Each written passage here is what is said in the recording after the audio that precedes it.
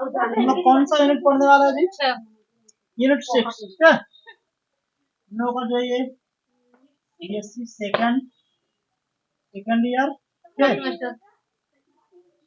Semester और क्या कौन सा सब्जेक्ट पढ़ना है जी? केमिस्ट्री है, ठीक है, केमिस्ट्री।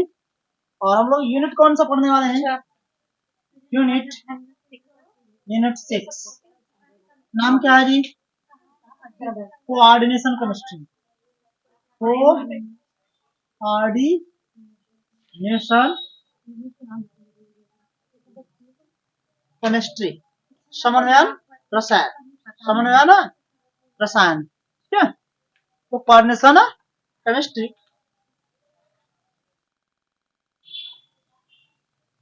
देखो इसमें पढ़ना है हमको coordination, bonding, double bond and complex salt, ठीक है। जटिल लवण और वीक लवण, ठीक है। तो सबसे पहले हम लोग पढ़ेंगे सिंपल लवण किसे कहते हैं, फिर वीक लवण किसे कहते हैं, फिर जटिल लवण किसे कहते हैं, और इसके बाद फिर क्या दिया है पढ़ने के लिए?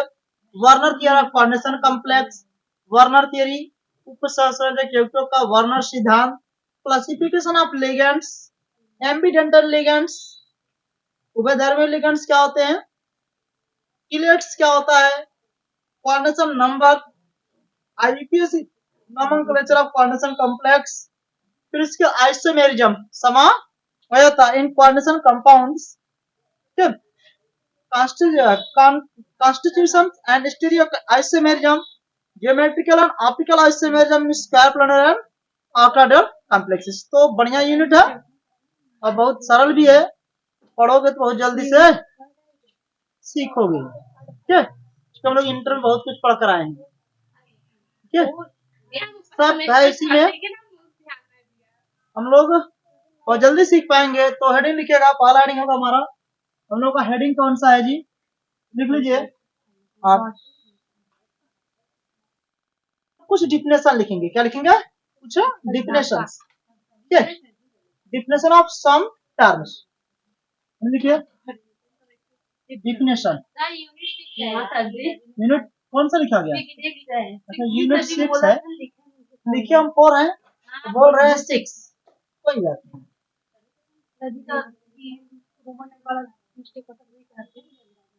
डिफिनेशन ऑफ सम टर्म्स, कुछ टर्म्स जो उपसंयोजक यौगिक में यूज होते हैं उनके लिए परिभाषाएं क्या होती है, हमको पहले ये सीखना है भाई। सिंपल साल्ट किसे कहते हैं, डबल साल्ट किसे कहते हैं, कोऑर्डिनेशन कॉम्प्लेक्स किसे कहते हैं, या जटिल लवण किसे कहते हैं, ठीक है। फिर इसके बाद कोऑर्डिनेशन कॉम्प्लेक्स में जो समान संख्या किसे कहते हैं, ठीक है। लिगेंड्स किसे कहते हैं, केंद्रीय परमाणु किसे कहते हैं, केंद्रीय मेटल आयंस, ठीक है। केंद्रीय धातु आयन क्या होता है, फिर समान स्फीयर क्या होता है, होमोलेप्टिक संकुल क्या होते हैं, हेटेरोलेप्टिक संकुल क्या होते हैं, ये सब पढ़ने हैं हमको, ठीक है। तो अगर हम लोग ये सब जानेंगे तो हम लोग आसानी से बहुत जल्दी से सीखेंगे कि भाई ये हमको क्या पढ़ना है, आसानी से जान पाओगे। लिखो पहले हेडिंग, हेडिंग क्या लिखना हमको? सिंपल सा, सिंपल। तो सबसे पहले क्या होता है, साल्ट किसे कहते हैं, अंग्रेजी में बोला जाता है साल्ट, और हिंदी क्या होती है इसका? लवण। सरल लवण किसे कहते हैं? तो सरल लवण क्या होते हैं?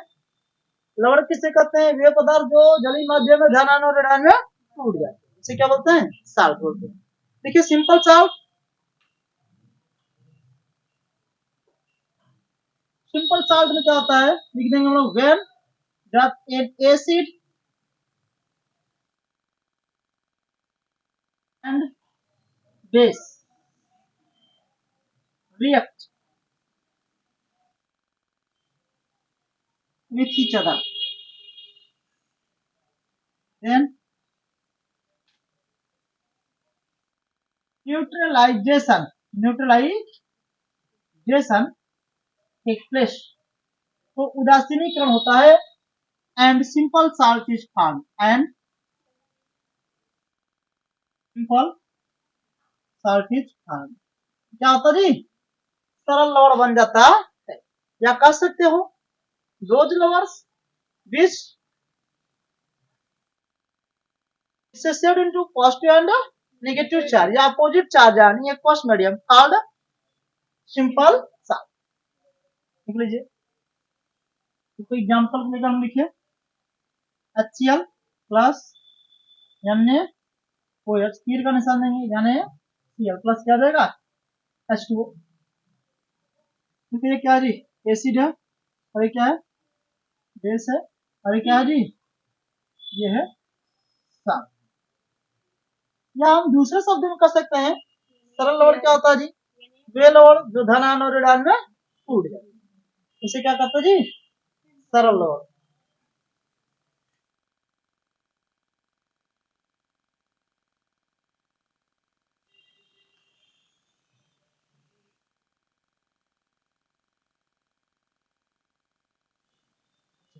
इसके बाद आता है मिश्रित लवण। क्या मिश्रित लवण क्या होते हैं जिसमें क्या होते हैं more than one acid base radical, जिसमें एक से अधिक अम्लीय और क्षारीय रेडिकल्स होते हैं। देखो इसमें एक अम्लीय और एक क्षारीय होता है यानी पॉजिटिव और एक का Cl नेगेटिव। इसमें क्या होता है अगर हम सिंपल साल्ट को डिसोसिएट करेंगे जलीय माध्यम में, सरल लवण क्या होते हैं सरल लवण क्या बनाते हैं जी they dissociate in aqueous mediums for single type अम्लीय और बेसिक रेडिकल एसिडिक और बेसिक रेडिकल बनाते हैं। और जो मिक्सड होते हैं वो एक से अधिक प्रकार के, एक से मतलब अलग अलग प्रकार के, जैसे दो अम्लीय रेडिकल एक क्षारीय रेडिकल, दो क्षारीय और एक इस प्रकार को बनाते हैं तो क्या कहते हैं मिक्स्ड लवण बोलते हैं। लिखिए आगे लिखिएगा, दूसरा भी लिखिएगा एडिशन कंपाउंड। क्या लिखा जाएगा एडिशन एडिशन कंपाउंड। देखो एडिशन कंपाउंड्स क्या होते हैं, देखो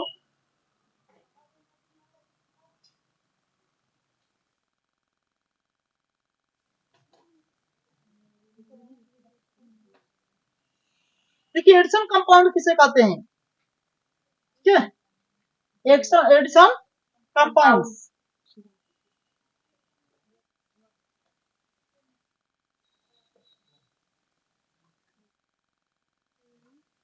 देखिएगा when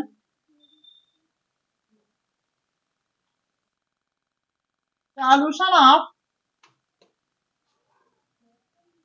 two or more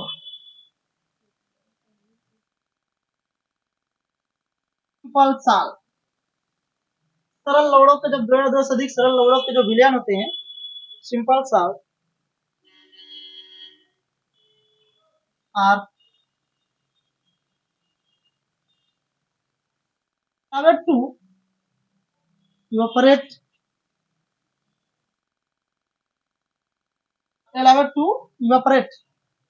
मतलब वाष्पित होते हैं and crystalline then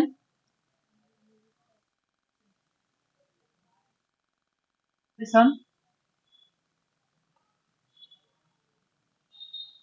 compounds are तो क्या बन जाता जी एडिशन कंपाउंड बन जाते हैं जब solution of to or more simple salt दो या दो से अधिक लवणों के जो विलयन और अलाउड टू इवेपोरेट एक साथ मिलाकर के क्या किया जाता है वाष्पित किया जाते हैं एंड क्रिस्टलिन तो वो क्या होता है जो क्रिस्टल प्राप्त होता है तो वो क्या होता है एडिशन कंपाउंड बन जाता है। क्या बन जाता है जी एडिशन कंपाउंड बनता है। या दूसरे साधन कर सकते हो जब दो या दो से अधिक पदार्थ जुड़ते हैं तो जो यौगिक बनता है उसे क्या कहते हैं addition compound. When two or more substance are add for single compounds called addition compound, तो इसे क्या कहते हैं एडिशन कर सकते हो। दूसरा पॉइंट दूसरा शब्द में कर सकते हो when two or more substance are mixed then पता नहीं एडिशन कंपाउंडर तो क्या बनता है जी, एडिशन यौगिक बनता है। जब दो या दो से अधिक पदार्थ मिलते हैं आर मिक्स्ड एडिशन कंपाउंडर तो क्या होता है, योगात्मक यौगिक बन जाता है। अब देखिए योगात्मक यौगिक जो होता है वह कितने प्रकार का होता है, दो प्रकार का होता है। कितने प्रकार का होता है जी, दो प्रकार के।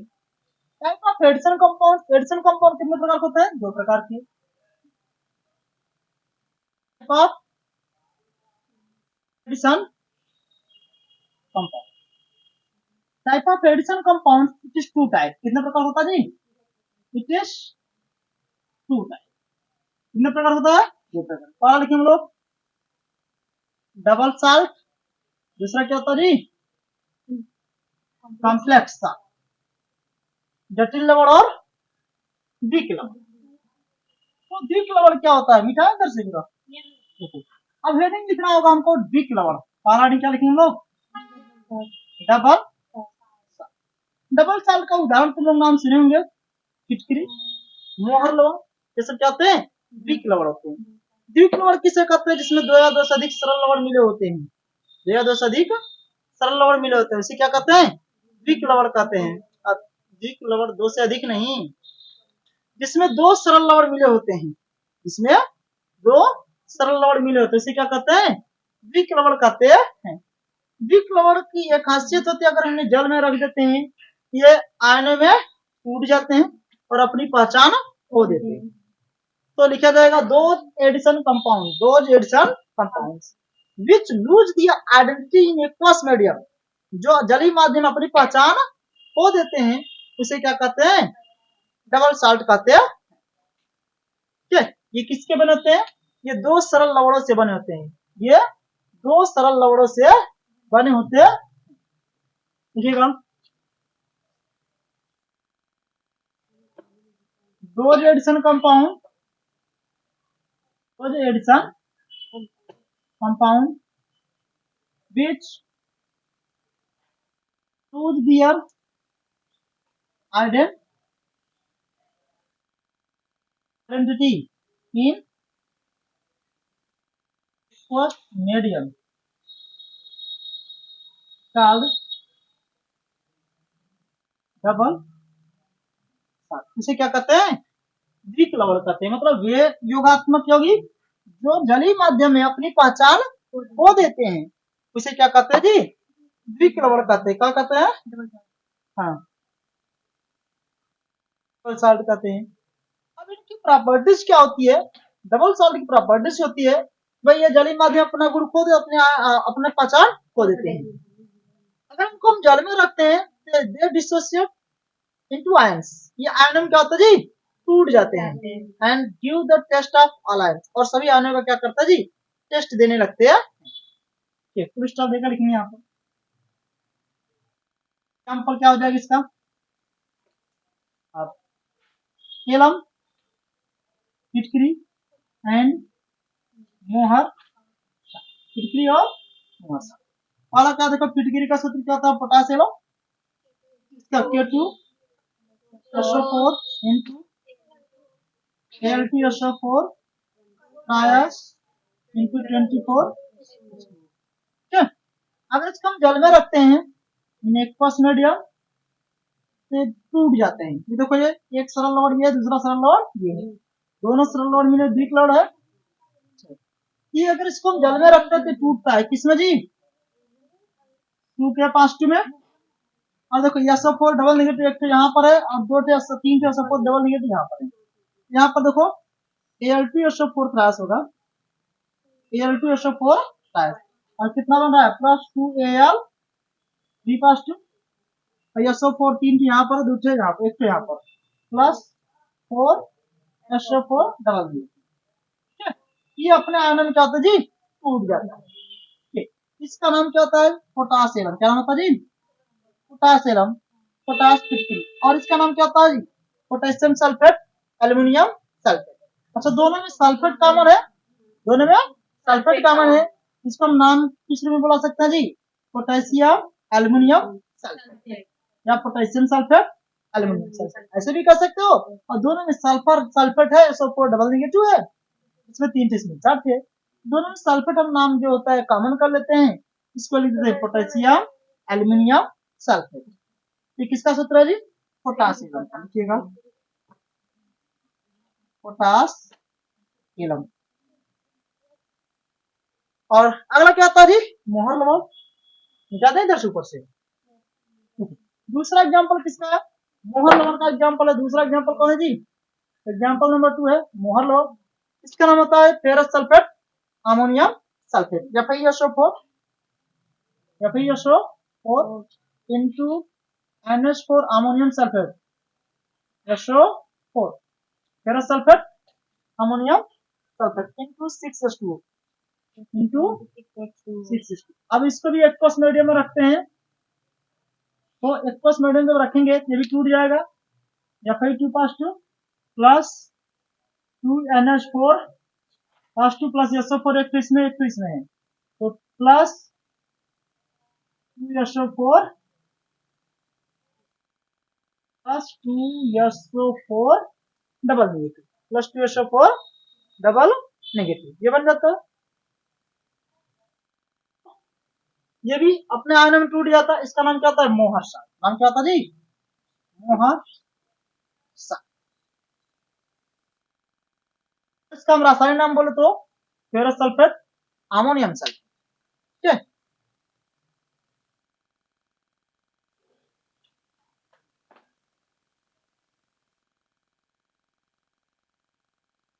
तो हम डिफरेंस लिखेंगे तो वहां पर पॉइंट पूरा लिख देंगे, क्योंकि इतना हम लोगों को लिखना नहीं है, हम लोग जानना है। जान जाएंगे तो जितना भी किसी भी तरीके का क्वेश्चन हो उसका आंसर हम लोग दे पाएंगे। ठीक है, अभी ये तो हुआ हमारा डबल साल्ट, डिक्लोर्ड हो गया। अगला कौन सा साल्ट आने वाला है?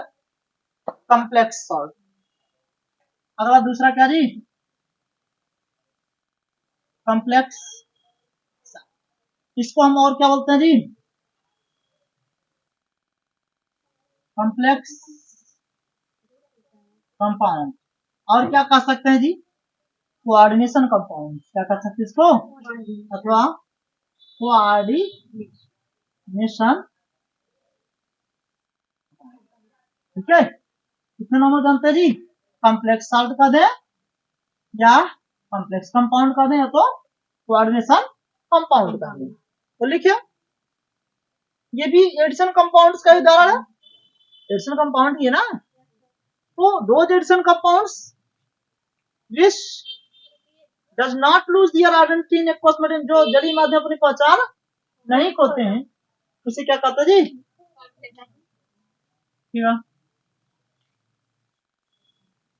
those addition compound which does not lose their identity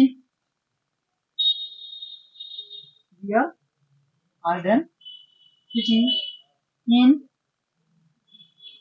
aqueous medium called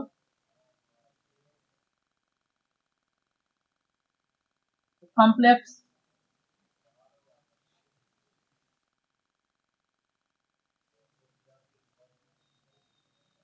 compound. मतलब जो जलीय माध्यम अपनी पहचान नहीं खोते हैं, उसे क्या कहते हैं जी? कॉम्प्लेक्स कंपाउंड कहते हैं।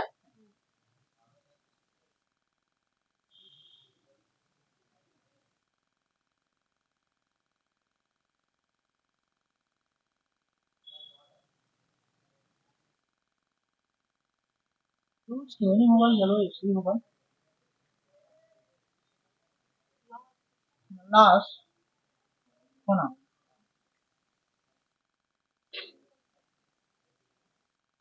अपनी पहचान नहीं खोते हैं उसे क्या कहते हैं? डज नॉट लगा हुआ ना जी, तो जो अपनी पहचान नहीं खोता है उसे क्या कहते हैं?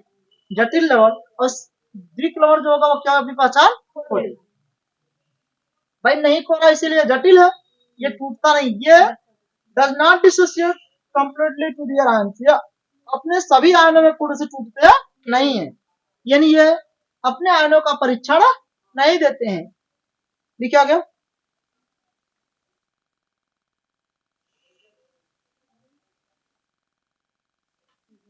they do not give या does not कर सकते हो do not give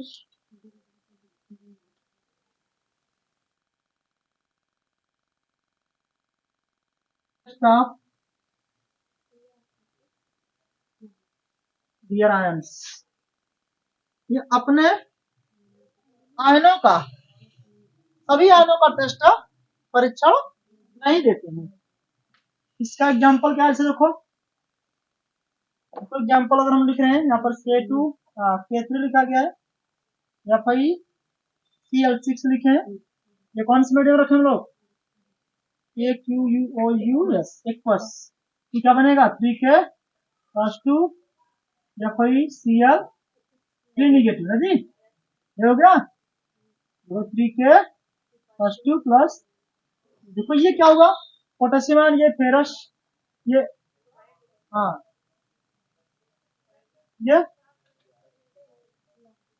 इस वाले का हम Cn लिख रहे हैं तो फेरोसाइनाइड हो जाएगा ना CN6 है क्या ये भी CN6 है जी अरे वैसे लिखा कोई नहीं देखो ये जो है इसमें ये जो आयन है ये जो कॉम्प्लेक्स आयन है देखो ये कॉम्प्लेक्स आयन क्या बन गया ये कॉम्प्लेक्स आयन अरे पोटेशियम आयन है तो इसमें कॉम्प्लेक्स आयन जो होता है इसमें Fi और Cn यहाँ पर ये Fi और Cn आयनों का टेस्ट नहीं देता है इसलिए क्या था जी जटिल होता है और सबसे बड़ी पहचान ये है अगर इसको कोष्टक बंद करके रखा जाए कोष्टक वाला आ जाए तो देखते ही बता दो ये कौन सा है जटिल है विदाउट कोष्टक वाला क्या है सिंपल हो सकता है डबल हो सकता है और ये वाला क्या हो सकता है जी जटिल ही होगा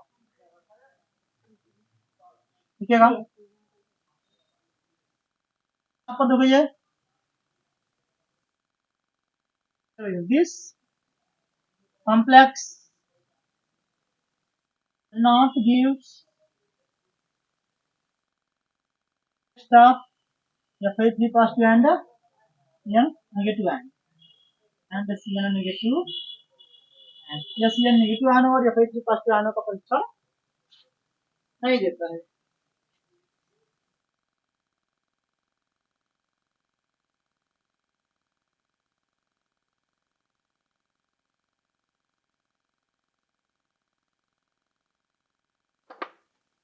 ये कॉम्प्लेक्स कंपाउंड हुआ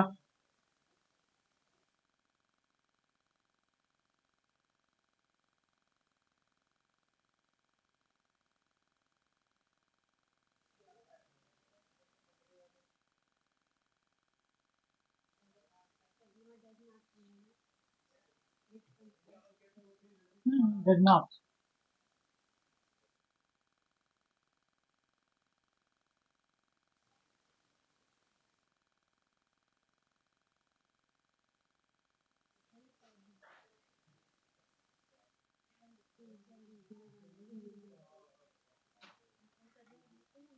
लिखिए difference between double ion complex salt difference between double and complex salt पढ़े लिखिएगा difference between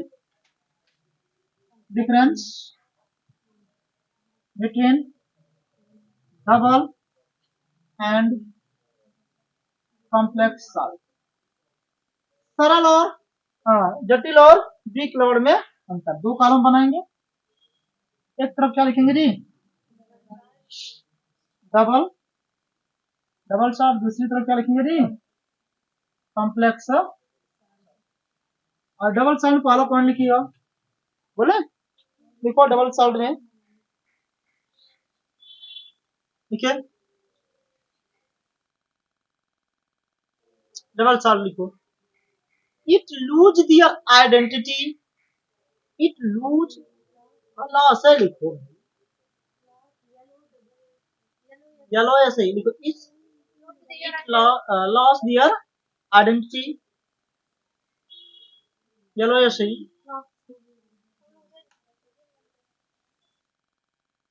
बोलते हैं इसे it lost their identity in aqueous medium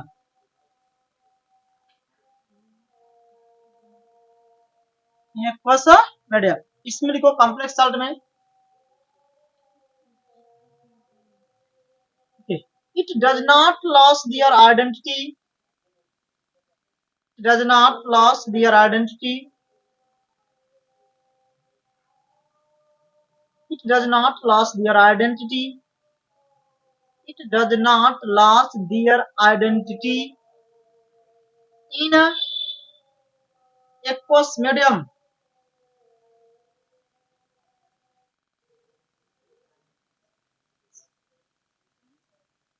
तो पॉइंट लिखो इसमें, डबल सॉल्ट में लिखो, डबल सॉल्ट में लिखिए, इधर डबल सॉल्ट, ठीक है, लिखो डबल सॉल्ट में,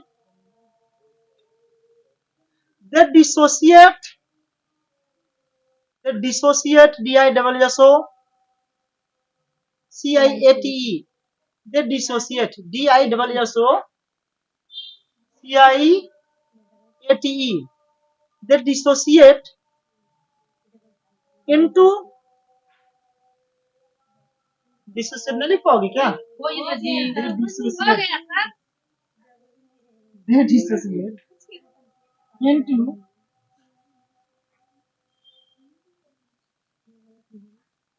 दियर आयंस। ये अपने आयन में क्या होता है जी? They dissociate into their ions. ये अपने आयन में क्या होता है जी? टूट जाते हैं। इधर लिखो कॉम्प्लेक्स आयन लिखो,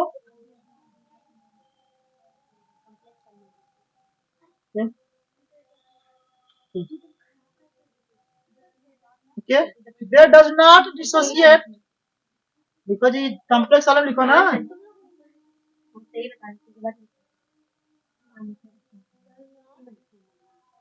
दे डज नॉट, कॉम्प्लेक्स में लिखो,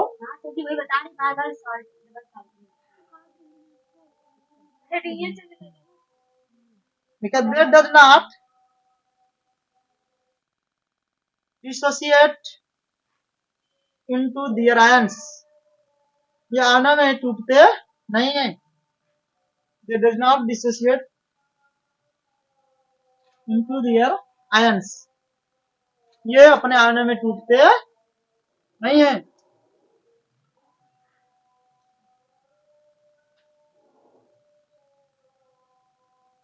अगला पॉइंट लिखो, डबल सॉल्ट में लिखो, डबल सॉल्ट में they are formed by, double salt में लिखो, डबल सॉल्ट में लिखिएगा they are formed by, they are formed by ionic bond. ये किसके द्वारा बने होते हैं जी? आयनिक बॉन्ड से बने होते हैं। They are formed by ionic bond, ionic bond, they are formed by ionic bond. Double salt किसके द्वारा बनता है? आयनिक बॉन्ड के द्वारा बनते हैं। अब देखो ये वाले क्या बनते हैं? कोऑर्डिनेशन कॉम्प्लेक्स जो होता है इसके द्वारा बनता है जी, फॉर्म्ड बाई कोऑर्डिनेट बॉन्ड, लिखो, ठीक है, they are formed by, they are formed by, they are formed by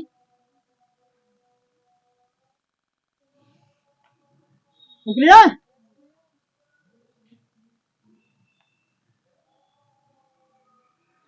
ionic and coordinate bond, they are formed by ionic and coordinate bond, they are formed by ionic and coordinate bond.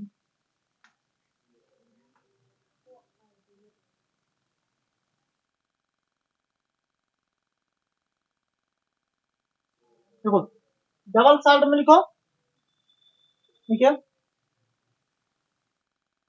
They do not, देखो double salt में लिखो, they do not, they do not have central metal, they do not have a central metal,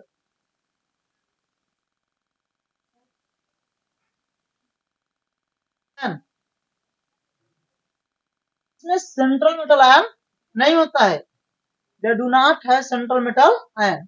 और इसमें क्या होता है जी? Central metal होता है। जैसे इसमें सेंट्रल मेटल कौन है? Fe है, और लिगेंड कौन है? Cn है। तो they do not have central metal ion. कौन? Double salt. कॉम्प्लेक्स वाले क्या रखेगा?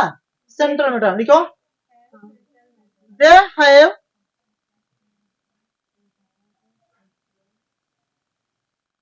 central metal ion. They have central metal ion. They have central metal ion. आगे लिखिए अगला पॉइंट, डबल सॉल्ट वाले में लिखो। कॉम्प्लेक्स वाले में सेंट्रल मेटल आयन होता है, डबल वाले में सेंट्रल मेटल नहीं होता है। अब लिखो डबल वाले में सेंट्रल मेटल आयन। हाँ, डबल वाले में लिखो, डबल सॉल्ट में लिखो। लिखे they exist, exist EXIST, they exist EXIST, ये दिखाई देते हैं या होते हैं इन क्रिस्टलिन स्टेट, इन क्रिस्टलिन स्टेट। देख लेंगे इन क्रिस्टलिन स्टेट, क्रिस्टलिन स्टेट देखो, क्रिस्टलिन स्टेट ओनली, ये केवल क्रिस्टलीय अवस्था में होते हैं, केवल क्रिस्टलीय अवस्था में होता है। डबल सॉल्ट किस अवस्था में थी? क्रिस्टलीय अवस्था में होता है, द्रव अवस्था में अपनी पहचान खो देता है। लेकिन ये क्या होता है, देखो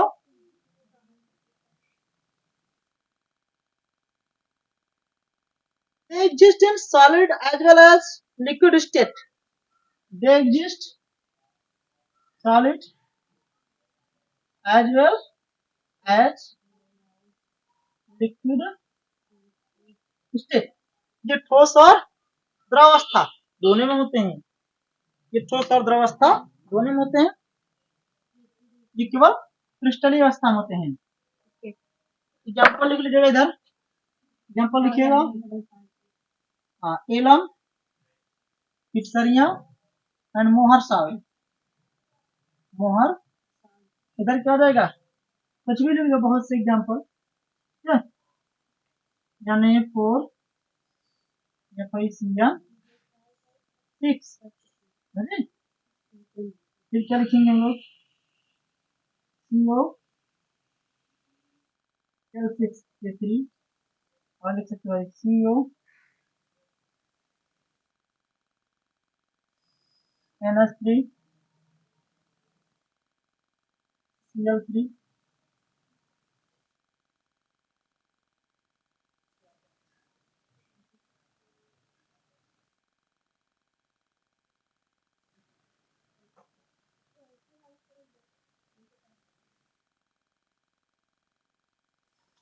टाइम कितना हो रहा है?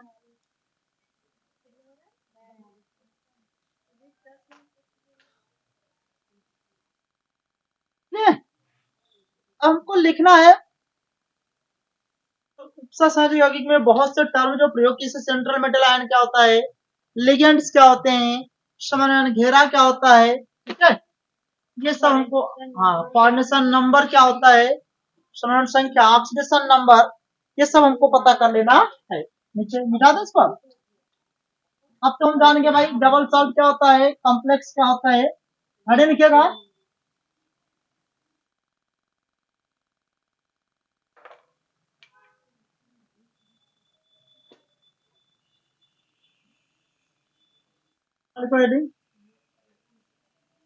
सेंट्रल मेटल आयन, केंद्रीय धातु आयन क्या होता है, केंद्रीय धातु आयन किसे कहते हैं?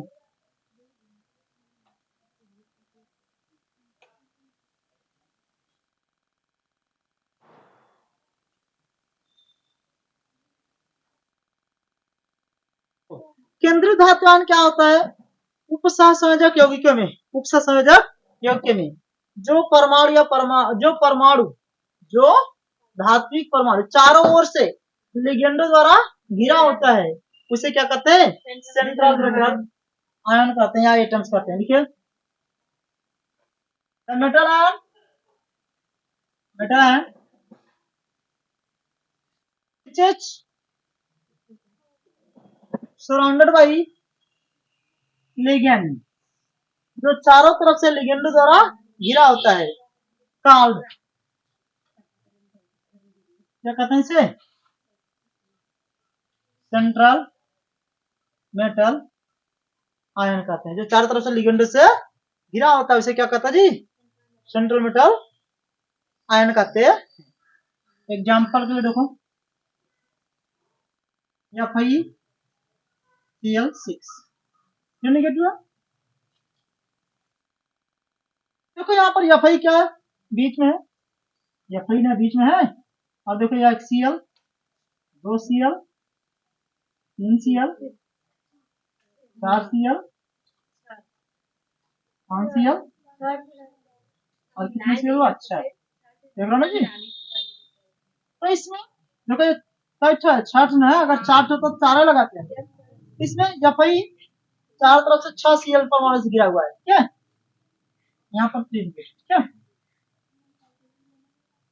In this Fe is central metal. Fe क्या जी? Fe क्या होता जी? केंद्रीय धातु है, ठीक है। सेंट्रल मेटल, इसमें कौन सेंट्रल मेटल है? Fe। अगर सी हो तो तुम क्या कर देते हैं? CO है। तो सेंट्रल मेटल क्या होता है? जो चारों तरफ से लिगेंड द्वारा घिरा होता है उसे क्या कहते हैं? Central metal. देखकर पहचान लोगे ना सेंट्रल मेटल कौन है? केंद्रीय धातु आयन, सेंट्रल मेटल आयन। और इसके अक्सर नीचे कितने जी? 3 चारों तरफ से लिगेंड द्वारा घिरे होते हैं क्या? नहीं। वो प्राय सेंट्रल मेटल एटम की तरह कार्य करते हैं। प्राय ये कौन होते हैं जी? जनरली ये ट्रांजिशन एलिमेंट्स होते हैं। सेंट्रल मेटल एटम कौन होता है? सामान्यतः ट्रांजिशन मेटल एटम ही क्या करते हैं? कॉम्प्लेक्स कंपाउंड बनाते हैं। कौन बनाता है? ट्रांजिशन मेटल एटम ही कॉम्प्लेक्स कंपाउंड बनाते हैं। और कोई अदर एटम्स क्या होता है जी? नहीं बनाता है, बहुत कम मात्रा में बनाते हैं। या ब्लॉक के तत्व जो होते हैं लैंथन और एक्टिन, नहीं तो सब कौन बनाता है जी? डी ब्लॉक के तत्व ही जटिल कॉम्प्लेक्स बनाते हैं या कॉम्प्लेक्स बनाते हैं। देखो हो गया जी, पहचान जाओगे? चलो ठीक है। सेंट्रल मेटल के बाद क्या होता है जी? हम लोग मान यहाँ पर लिगेंड लिखते हैं। क्या लिखते हैं जी? दूसरा का पॉइंट क्या लिख देते हैं जी? लिगेंड। लिगेंड किससे कहते हैं? ये क्या होते हैं? एटम्स आर या group which surround the central metal, जो चारों तरफ से केंद्रीय परमाणु को घेरे रहते हैं, इसे क्या कहते हैं? लिगेंड कहते हैं। लिखिएगा, हाँ लिगेंड। लिगेंड लिखिए। एटम आर ग्रुप्स रखेंगे जी। एटम आर, अब इसकी परिभाषा और लिखा जाएगा भाई। एटम आर ग्रुप्स मतलब ये क्या होते हैं? इलेक्ट्रॉन युग्म डोनेट करने वाले होते हैं। क्या होता है जी? इलेक्ट्रॉन युग्म डोनेट करने वाले। लिगेंड क्या होते हैं? ये परमाणु या ये इलेक्ट्रॉन युग्म डोनेट का कार्य करते हैं। वे परमाणु या परमाणु समूह which donate the electron pair to central metal, जो केंद्रीय परमाणु को क्या करते हैं जी? इलेक्ट्रॉन युग्म देते हैं, उसे क्या कहते हैं? लिगेंड्स कहते हैं। Atoms or ions, atom or groups which donate electron pair to central metal ion, जो केंद्रीय धातु आयन को क्या करते हैं? इलेक्ट्रॉन युग्म डोनेट करते हैं, उसे क्या कहते हैं? लिगेंड्स कहते हैं। लेकिन यदि हमको पहचानने के लिए पढ़ना है, क्या पढ़ना जी? पहचानने के लिए पढ़ना है, इसलिए हम लोग लिखेंगे एटम आर ग्रुप, परमाणु या परमाणु समूह। Atoms or group which which surround मन क्या होता है? घेरे रखता है। Which surround to central metal ion ligand, इसे क्या कहते हैं? लिगेंड कहते हैं। जो सेंट्रल मेटल आयन को चारों ओर से क्या करता है जी? घेरे रखता है, उसे क्या कहते हैं? लिगेंड कहते हैं। ठीक है, they donate electron pair to central metal. Donate